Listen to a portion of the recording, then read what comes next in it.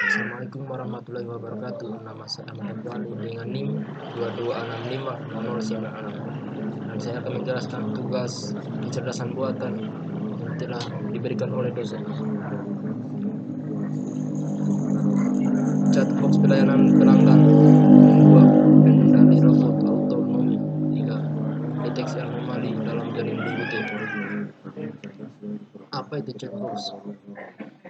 Chatbox adalah robot virtual dengan kecerdasan buatan artificial intelligence. Robot ini mampu menirukan percakapan manusia dalam bentuk pesan teks atau suara melalui aplikasi pesan website atau aplikasi mobile. 1. Apa fungsi website? Customer service. Fungsi utama chatbox adalah sebagai customer service yang melayani pelanggan. Robot virtual ini memiliki kemampuan untuk merespon pelayanan pelanggan, mengumpulkan data pelanggan dan lainnya. 2. Membuat penjualan dan pembayaran. Chatbot bisa menyederhanakan proses belajar dan pembayaran. Anda bisa menggunakan bot untuk mengirimkan katalog produk yang pelanggan butuhkan sesuai trigger tertentu, termasuk mengirimkan invoice yang memudahkan pelanggan membayar. 3. Mengirimkan notifikasi penting. Chatbox juga bisa dimanfaatkan untuk mengirim notifikasi terkait informasi atau berita terbaru dari perusahaan ke pelanggan. Anda cukup mengaturnya pada sistem bot, kemudian bot akan otomatis mengirimkan ke banyak pelanggan sekaligus. 4. Pengaturan janji time. Bot memudahkan pengguna untuk mengatur janji time dengan menampilkan ketersediaan di kalender dan memilih tanggal. Kelima, meninggalkan kepercayaan. Interaksi yang dibentuk personal. Hal ini mendorong pelanggan untuk merespon interaksi tersebut. Artinya keterlibatan mereka juga meningkat, termasuk customer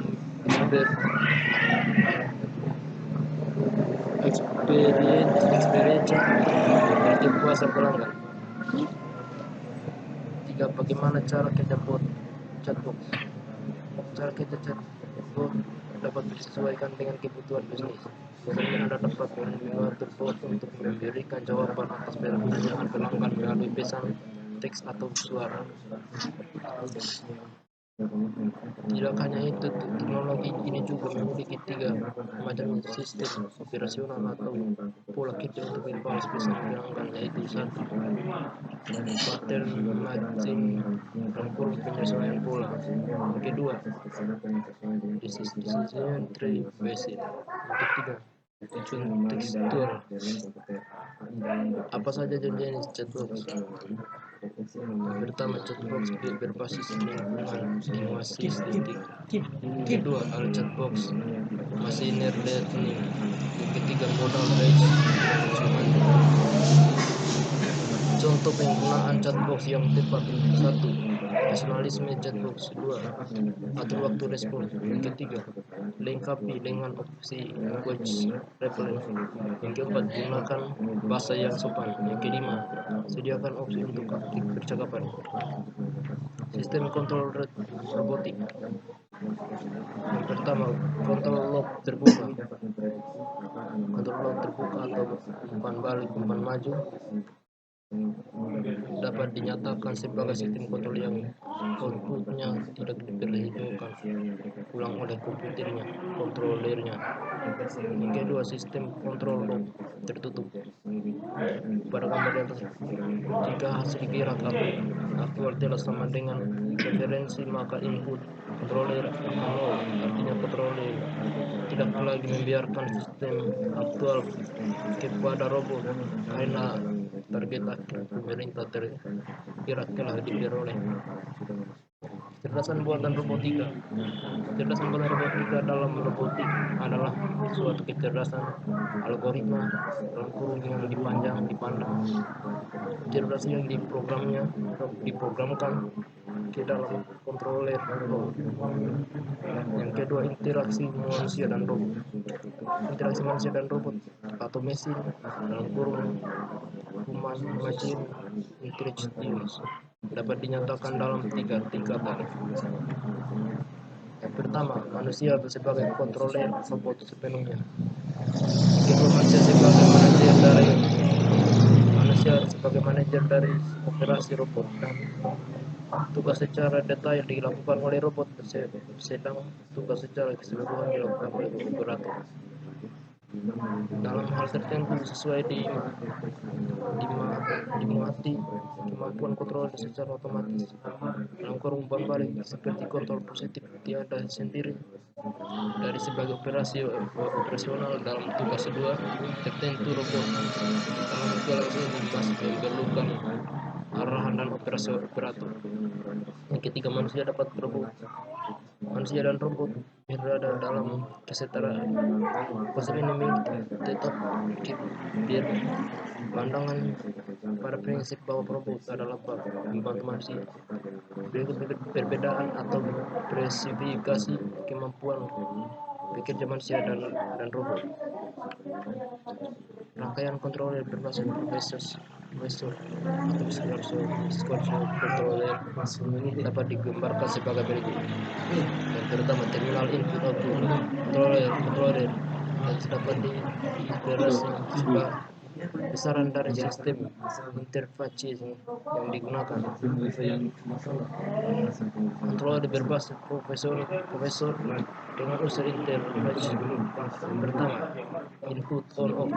Yang kedua, input analog. Yang ketiga, pengolahan khusus sistem box.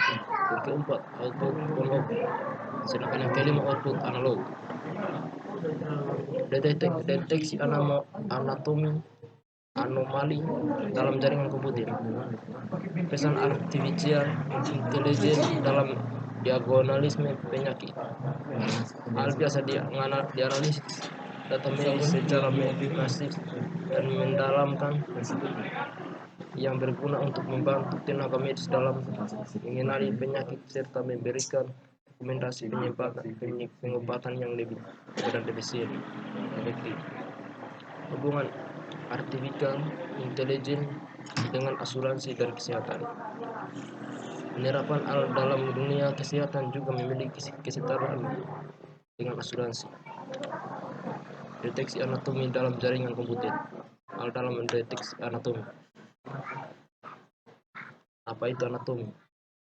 Deteksi anatomi perilaku yang menyediakan deteksi ancaman secara cyber secara real time.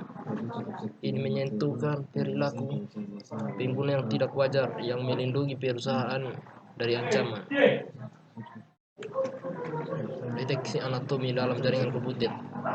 Dalam deteksi anatomi deteksi jaringan keamanan cyber. Serangan ini dapat berasal secara internal karena niat jahat atau tindakan lalai, atau secara eksternal oleh atau malware. Target serangan dari APT, ancaman sisteman tingkat lanjut. Deteksi anatomi dalam jaringan komputer. Kasus pengguna deteksi anatomi untuk keamanan cyber, jaringan cyber. Yang pertama, kasus pengguna deteksi anomali untuk keamanan jaringan cyber. Yang pertama, mendeteksi pola masuk yang anomali. Yang kedua, mendeteksi interupsi jaringan. Yang ketiga, deteksi aktivitas keuangan tidak normal. Yang keempat, deteksi penetrasi tingkat lanjut. Yang kelima, melindungi web bisnis berbasis. Manfaat deteksi anomali. Perilaku pengguna sistem reproduksi anomali membuat sistem keamanan lebih tepat dan akurat. Dan sekian penjelasan dari saya. Wabillahi taufiq wal hidayah. Wassalamualaikum warahmatullahi wabarakatuh.